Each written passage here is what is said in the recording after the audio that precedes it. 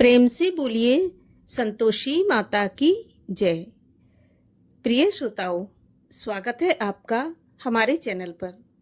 आज के इस वीडियो में मैं आपको सुनाऊंगी शुक्रवार के दिन सुनी जाने वाली संतोषी माता के व्रत की कथा।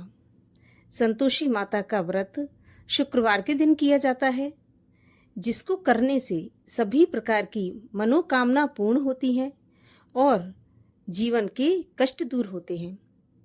तो कथा आरंभ करने से पहले आपसे एक आग्रह है कि अगर अभी तक आपने हमारे चैनल को सब्सक्राइब नहीं किया है, पहली बार चैनल पर आए हैं, तो चैनल को सब्सक्राइब करके बेल आइकन पर क्लिक कर लीजिए। और अगर आपको आज की कथा अच्छी लगे तो लाइक अवश्य करिए, क्योंकि आपके लाइक से हमें ये पता चलता है आपको हमारा वीडियो पसंद आया है। तो लाइक तो अवश्य ही करिए। तो चलिए अब शुरू करते हैं संतोषी माता के व्रत की कथा। एक बुढ़िया थी और उसके 7 पुत्र थे। 6 कमाने वाले थे, एक निकम्मा था। बुढ़िया माँ 6 पुत्रों की रसोई बनाती, भोजन कराती और पीछे से जो कुछ बचता तो 7वें को दे देती थी। परंतु वह बड़ा भोला भाला था, मन में कुछ भी विचार न करता था। एक दिन अपनी बहू से बोला कि देखो, मेरी माँ का मुझ पर कितना प्यार है। वह बोली, क्यों नहीं, सबका जूठा बचा हुआ तुमको खिलाती है। वह बोला, भला ऐसा भी कहीं हो सकता है? मैं जब तक अपनी आंखों से न देखूं मान नहीं सकता। बहू ने हंसकर कहा, देख लोगे तब तो मानोगे। कुछ दिन बाद बड़ा त्योहार आया। घर में 7 प्रकार के भोजन और चूरमा के लड्डू बने। वह जांचने के लिए सिर दर्द का बहाना बनाकर पतला कपड़ा सिर पर ओढ़कर रसोई घर में सो गया और कपड़े में से सब देखता रहा। 6 भाई भोजन करने आए। उसने देखा कि माँ ने उनके लिए सुंदर सुंदर आसन बिछाए, 7 प्रकार की रसोई परोसी और आग्रह करके जिमाती रही, और वह सब देखता रहा। 6 भाई भोजन कर उठे, तब माता ने उनकी जूठी थालियों में से लड्डुओं के टुकड़ों को उठाया और एक लड्डू बनाया। जूठन साफ कर बुढ़िया माँ ने पुकारा, उठो बेटा, 6 भाई भोजन कर गए, अब तू ही बाकी है, उठना, कब खाएगा? वह कहने लगा, माँ मुझे भोजन नहीं करना, मैं परदेश जा रहा हूँ। माता ने कहा, कल जाता हो तो आज ही चला जा। वह बोला, हाँ हाँ आज ही जा रहा हूँ। यह कहकर वह घर से निकल गया। चलते समय बहू की याद आई। वह गौशाला में उपले थाप रही थी। वहीं जाकर बोला, हम जावे परदेश को, आवेंगे कुछ काल, तुम रहियो संतोष से, धर्म आपनो पाल।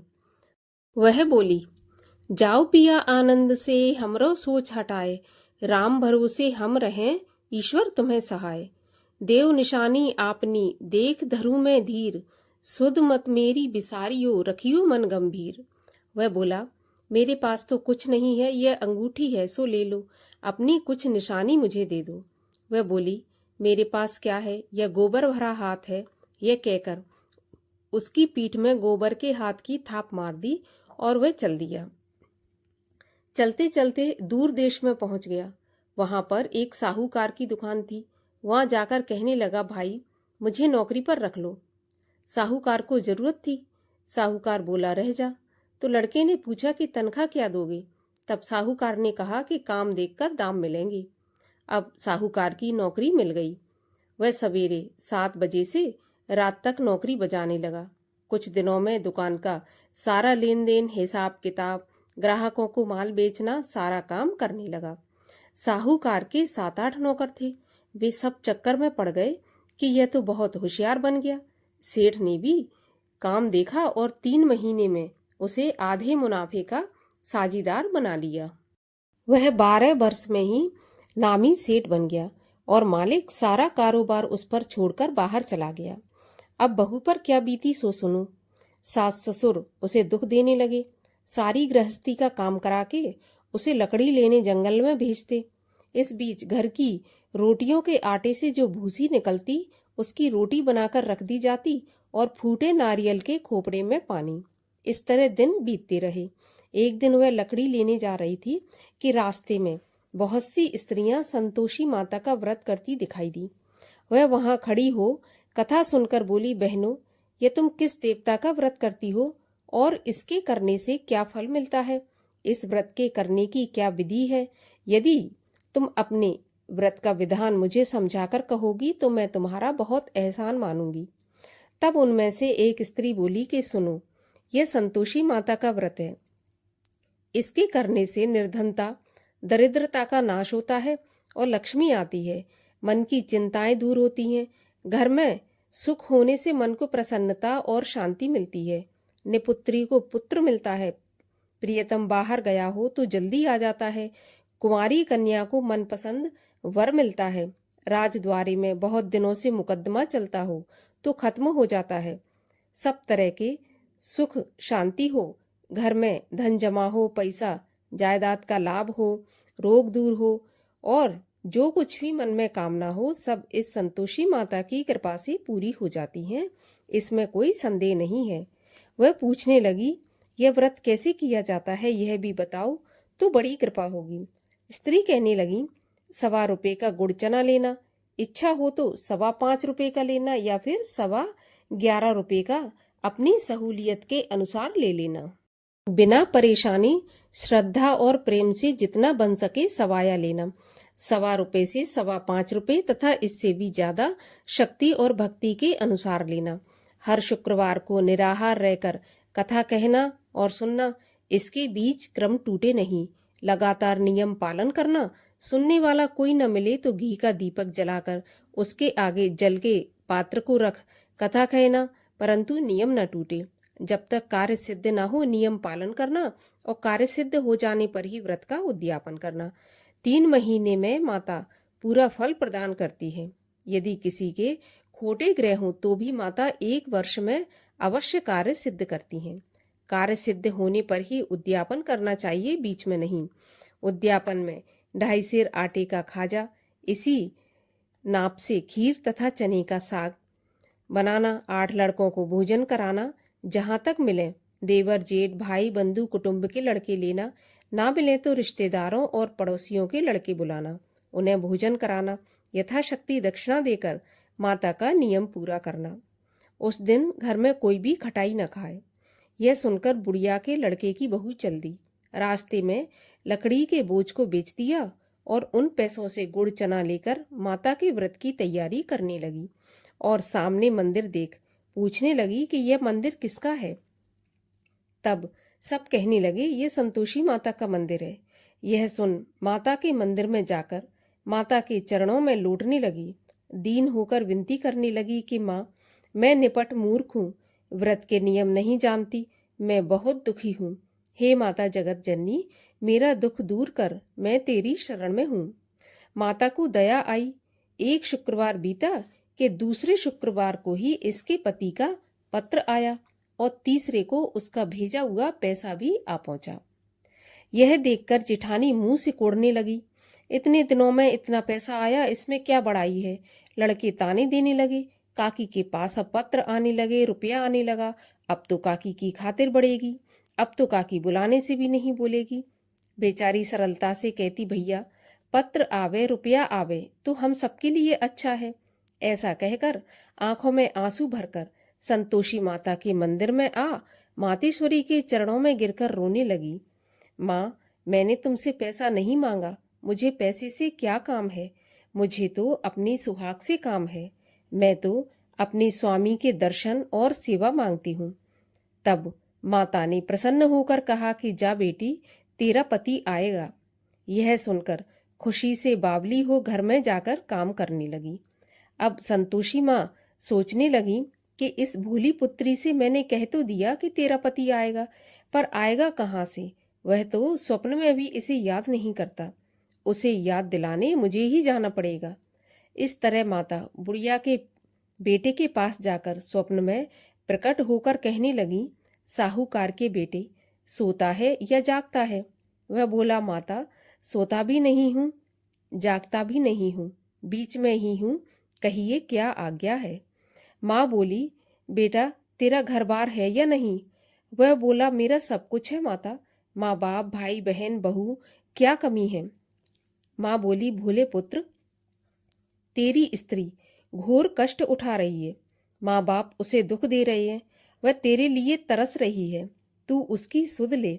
वह बोला, हाँ माता, यह तो मुझे मालूम है, परंतु मैं जाऊं कैसे? परदेश की बात है, लेन देन का कोई हिसाब नहीं है, कोई जाने का रास्ता नजर नहीं आता, कैसे चला जाऊं? माँ कहने लगी, मेरी बात मान। सवेरे नहा धोकर संतोषी माता का नाम ले, घी का दीपक जला, दंडवत कर दुकान पर जा बैठना। देखते देखते तेरा लेन देन चुक जाएगा, जमा माल बिक जाएगा, सांझ होते होते धन का ढेर लग जाएगा। वह सवेरे बहुत जल्दी उठकर स्नान करके संतोषी माता को दंडवत कर घी का दीपक जला दुकान पर जा बैठा। थोड़ी देर में वह क्या देखता है कि देने वाले रुपया लाए, लेने वाले हिसाब लेने लगे, कोठे में भरे सामानों के खरीदार नगद दाम में सौदा करने लगे। शाम तक धन का ढेर लग गया। माता का चमत्कार देख मन में प्रसन्न हो माता का नाम ले घर ले जाने के वास्ते गहना कपड़ा खरीदने लगा और वहां के काम से निपटकर घर को रवाना हुआ। वहां बहू बेचारी जंगल में लकड़ी लेने जाती, लौटते वक्त माँ के मंदिर पर विश्राम करती है। वह तो उसका रोज रुकने का स्थान था। दूर से धूल उड़ती देख वह माता से पूछती है कि हे माता, ये धूल कैसी उड़ रही है? तो माँ कहती है, पुत्री, तेरा पति आ रहा है। अब तू ऐसा कर, लकड़ियों के 3 बोझ बना ले, एक नदी के किनारे रख, दूसरा मेरे मंदिर पर और तीसरा अपने सिर पर रख ले। तेरे पति को लकड़ी का गट्ठा देखकर मोह पैदा होगा, वह वहां रुकेगा, नाश्ता पानी बना खाकर माँ से मिलने जाएगा। तब तू लकड़ियों का बोझ उठाकर घर जाना और बीच चौक में गट्ठा डालकर 3 आवाजें जोर से लगाना, लो सासू जी लकड़ियों का गट्ठा लो, भूसी की रोटी दो, नारियल के खोपरे में पानी दो, आज कौन मेहमान आया है। माँ की बात सुनकर बहुत अच्छा माताजी कहकर वह प्रसन्न हो लकड़ियों के 3 गट्ठे ले आई। एक नदी के तट पर रखा, एक माता के मंदिर पर रखा। इतने में ही एक मुसाफिर आ पहुंचा। सूखी लकड़ी देख उसकी इच्छा हुई कि अब यहीं विश्राम करें और भोजन बना खाकर गांव जाएं। इस प्रकार भोजन बना विश्राम कर वह गांव को गया। सबसे प्रेम से मिला। उसी समय बहू सिर पर लकड़ी का गट्ठा लिए आती है। लकड़ी का भारी बोझ आंगन में डालकर जोर से 3 आवाज देती है, लो सासू जी लकड़ी का गट्ठा लो, भूसी की रोटी दो, नारियल के खोपड़े में पानी दो, आज कौन मेहमान आया है। यह सुनकर सास बाहर आकर अपने दिए हुए कष्टों को भुलाते हुए कहती है, बहू ऐसा क्यों कहती हो, तेरा मालिक ही तो आया है, आ बैठ, मीठा भात खा, भोजन कर, कपड़े गहने पहन। इतने में आवाज सुनकर उसका स्वामी बाहर आता है और अंगूठी देखकर व्याकुल होकर माँ से पूछता है, माँ ये कौन है। माँ कहती है, बेटा ये तेरी बहू है, आज 12 वर्ष हो गए जब से तू गया है, तब से सारे गांव में जानवर की तरह भटकती फिरती है, कामकाज घर का कुछ करती नहीं, 4 समय आकर खा जाती है। अब तुझे देखकर भूसी की रोटी और नारियल के खोपड़े में पानी मांगती है। वह लज्जित होकर बोला, ठीक है माँ, मैंने इसे भी देखा है और तुम्हें भी देखा है, अब मुझे दूसरे घर की ताले की चाबी दो तो मैं उसमें जाकर रहूंगा। तब माँ बोली, ठीक है बेटा, जैसी तेरी मर्जी। यह कहकर माँ ने चाबी का गुच्छा पटक दिया।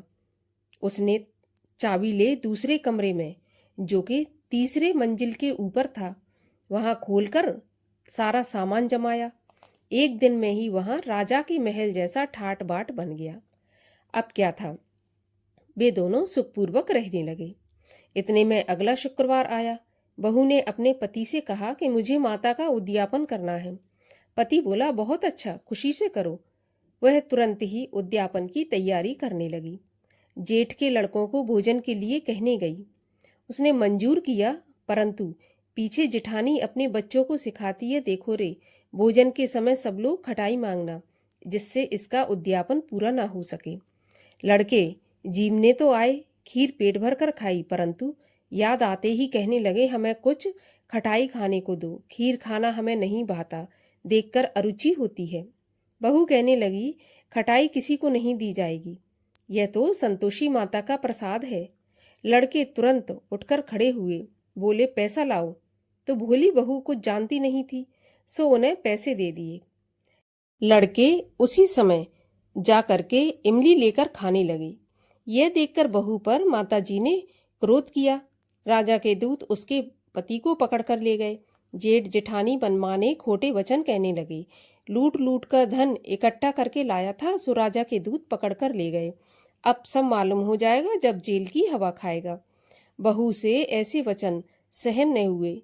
रोती रोती माता के मंदिर में गई। हे माता, तुमने ये क्या किया? हंसाकर अब क्यों रुलाने लगी? माता बोली, पुत्री, तूने उद्यापन करके मेरा व्रत भंग किया है। इतनी जल्दी सारी बातें भुला दी। वह कहने लगी, माता, भूली तो नहीं हूं, ना ही कुछ अपराध किया है। मुझे तो लड़कों ने भूल में डाल दिया। मैंने भूल से उन्हें पैसे दे दिए। मुझे क्षमा कर दो माँ। माँ बोली, ऐसी भी कहीं भूल होती है? वह बोली, माँ, मुझे माफ कर दो, मैं फिर तुम्हारा उद्यापन करूंगी। माँ बोली, अब भूल मत करना। वह बोली, अब भूल नहीं होगी। माँ, अब बताओ वह कैसे आएंगे? माँ बोली, जा पुत्री, तेरा पति तुझे रास्ते में आता मिलेगा। तो वह घर को चली। रास्ते में पति आता मिला तो उसने पूछा, तुम कहाँ गए थे? तब वह कहने लगा, इतना धन जो कमाया है उसका टैक्स राजा ने मांगा था तो वही भरने गया था। वह प्रसन्न होकर बोली, भला हुआ, अब घर चलो। कुछ दिन बाद फिर शुक्रवार आया। वह बोली, माता का उद्यापन करना है। तो पति ने कहा, करो। वह फिर जेठ के लड़कों को भोजन के लिए कहने गई। जेठानी ने एक दो बातें सुनाई और लड़कों को सिखा दिया कि तुम पहले ही खटाई मांगना। लड़के कहने लगे, हमें खीर खाना नहीं भाता, जी बिगड़ता है, कुछ खटाई खाने को दो। तो वह बोली, खटाई खाने को नहीं मिलेगी, खाना हो तो खाओ। वह ब्राह्मणों के लड़कों को लाकर भोजन कराने लगी। यथाशक्ति दक्षिणा की जगह एक एक फल उन्हें दिया। इससे संतोषी माता प्रसन्न हुई।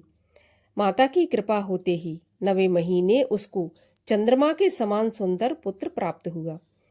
पुत्र को लेकर प्रतिदिन माता जी के मंदिर में जाने लगी। माँ ने सोचा कि यह रोज आती है, आज क्यों ना मैं ही इसके घर चलूं, इसका आसरा देखूं तो सही। यह विचार कर माता ने भयानक रूप बनाया। गुड़ और चने से सना मुख, सूंड के समान होंठ, उस पर मक्खियां भिनभिना रही हैं।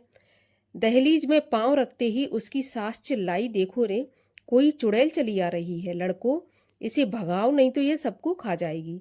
लड़के डरने लगे और चिल्लाकर खिड़की बंद करने लगे। छोटी बहू रोशनदान में से देख रही थी। प्रसन्नता से पगली होकर चिल्लाने लगी कि आज मेरी माताजी मेरे घर आई हैं। यह कहकर बच्चे को दूध पिलाने से हटाती है। इतने में सास का क्रोध फूट पड़ा। बोली, देखो इसे देखकर कैसी उतावली हुई जो बच्चे को पटक दिया। इतने में माँ के प्रताप से जहां देखो वहां लड़के ही लड़के नजर आने लगे। वह बोली, माँ जी, मैं जिनका व्रत करती हूँ यह वही संतोषी माता है। इतना कहकर झट से सारे घर के किवाड़ खोल दिए। सबने माता के चरण पकड़ लिए और विनती करके कहने लगे, माता, हम मूर्ख हैं, हम अज्ञानी हैं, पापी हैं। तुम्हारे व्रत की विधि हम नहीं जानते। तुम्हारा व्रत भंग करके हमने बहुत बड़ा अपराध किया है। हे माता, आप हमारा अपराध क्षमा करो। इस प्रकार माता प्रसन्न हुई। माता ने बहू को जैसा फल दिया वैसा सबको दें। जो ये कथा पढ़े उसका मनोरथ पूर्ण हो। बोलिए संतोषी माता की जय। संतोषी माता की आरती। ओम जय संतोषी माता मैया, जय संतोषी माता, अपने सेवक जन की सुख संपत्ति दाता।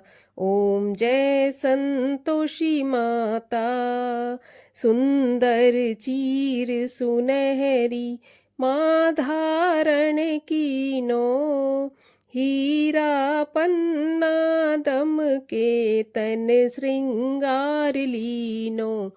जय संतोषी माता, गेरू लाल छटा छवि बदन कमल सोहे, मंद हसत करुणामयी त्रिभुवन मन मोहे। जय संतोषी माता, स्वर्ण सिंहासन बैठी चवर ढुरे प्यारे, धूप दीप मधुमेवा भोग धरे न्यारे। जय संतोषी माता, गुड़ और चना परम प्रिय, ताम संतोष किए, संतोषी कहलाई, भक्तन वैभव दिए, जय संतोषी माता। शुक्रवार प्रिय मानत, आज दिवस सोही, भक्त मंडली आई, कथा सुनत मोही, जय संतोषी माता। मंदिर जगमग ज्योति, मंगल ध्वनि छाई, विनय करें हम बालक, चरणन सिर नाई, जय संतोषी माता। भक्ति भाव में पूजा अंगीकृत कीजय, जो मन बसे हमारे, इच्छित फल दीजय, जय संतोषी माता। दुखी दरिद्री रोगी, संकट मुक्त किए, बहुधन धान्य भरे घर, सुख सौभाग्य दिए, जय संतोषी माता। ध्यान धरो जो नर तेरो, मन वांछित फल पायो, पूजा कथा श्रवण कर, घर आनंद आयो, जय संतोषी माता। शरण गहे की लज्जा, रखियो जगदम्बे, संकट तुम ही निवारो, दयामयी अम्बे, जय संतोषी माता। संतोषी माँ की आरती, जो कोई नर गावे, रिद्धि सिद्धि सुख संपत्ति, जी भर के पावे, जय संतोषी माता। बोलिए संतोषी माता की जय।